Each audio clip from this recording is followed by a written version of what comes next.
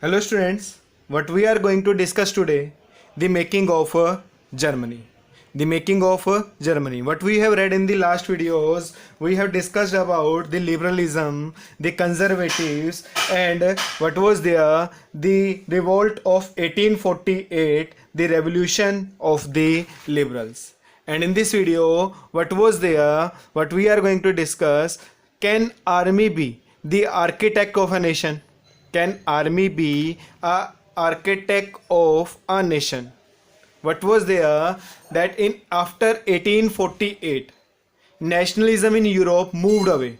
What happened? Nationalism in Europe moved away. It spread from its association with democracy and revolution. Means what was there, why the people were revolting? They were revolting for the democracy, and what they were doing, they were revolting, revolution, right? And mainly what two person will be there? Two person were there. One is Otto von Bismarck, and another one is Kaiser William I. Another one is Kaiser William I. Who was Otto von Bismarck? Otto von Bismarck was the chief minister of Prussia, and Kaiser William I was the king of the Prussia. Right? Why we are talking about Prussia? Because Germany was under the control of Prussia, right? And some areas were under the control of other areas. Some areas of Germany were under the control of other areas, right? So what was there? In this, two person played the very important role. One, the Otto von Bismarck, and the another one, Kaiser William I. So what was there after the 1848? The revolts was there of the middle class people, right? They were only raising the voice for the democracy and the revolution. But this time what happened? This can be observed in the process by which Germany and Italy came to be unified as nation states. Means what happened this time? The Germany and Italy came to be unified as nation states, not by the liberals, not by the middle class.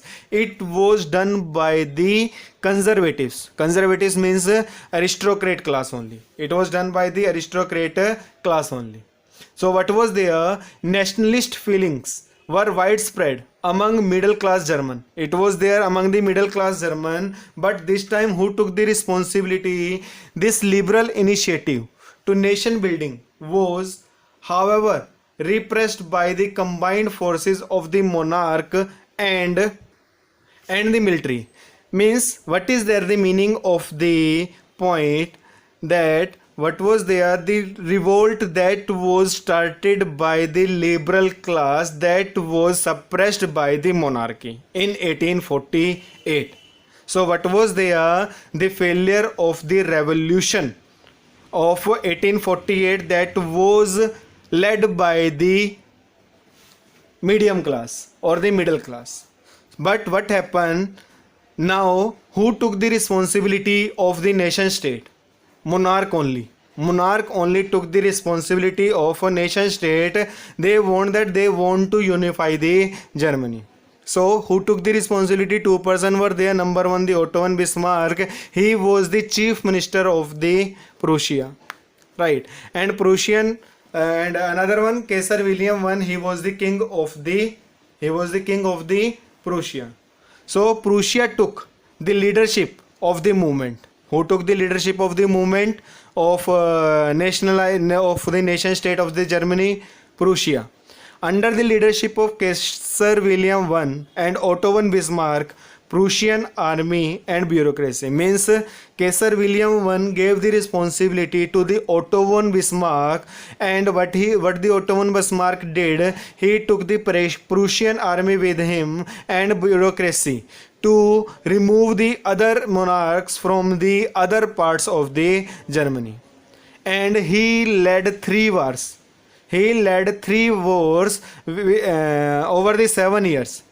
And over the 7 years he led three wars with Austria, Denmark and France. with Austria, Denmark and France, because some parts were under the control of Austria, some part was under the control of France, some part under the control of this Denmark, and ended in Prussian victory. Over the 7 year what was there, wars were there, and it was ended in the Prussian victory. Prussia gave the defeat, and there was the complete unification of Germany. There was the complete unification of the Germany. So what was there in January? What happened? In January 1871, as German became unified, Kaiser William I means proclaimed as the king of Germany. What was there? They all gathered at the palace of Versailles. That is the palace of Versailles. They all gathered at the Hall of Mirrors in the palace of Versailles, and they declared German emperor, he headed by the Kaiser William I of Prussia.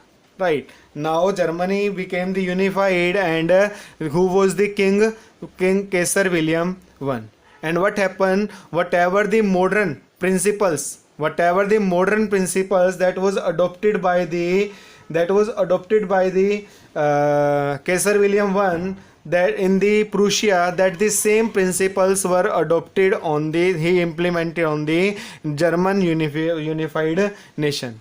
Right, the nation building process in Germany had demonstrated the dominance of the Prussian state power. Means the same thing that I told you, that what he did, he implemented the modern forms of currency, modernizing the currency in Germany, banking system, legal and judicial system in Germany.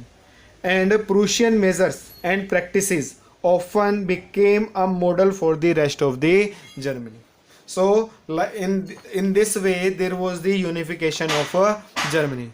So in this way there was the unification of Germany. So here our unification of Germany is over, and in the next video we will discuss about the unification of Italy. So till then, revise the chapter carefully and make the notes. Thank you.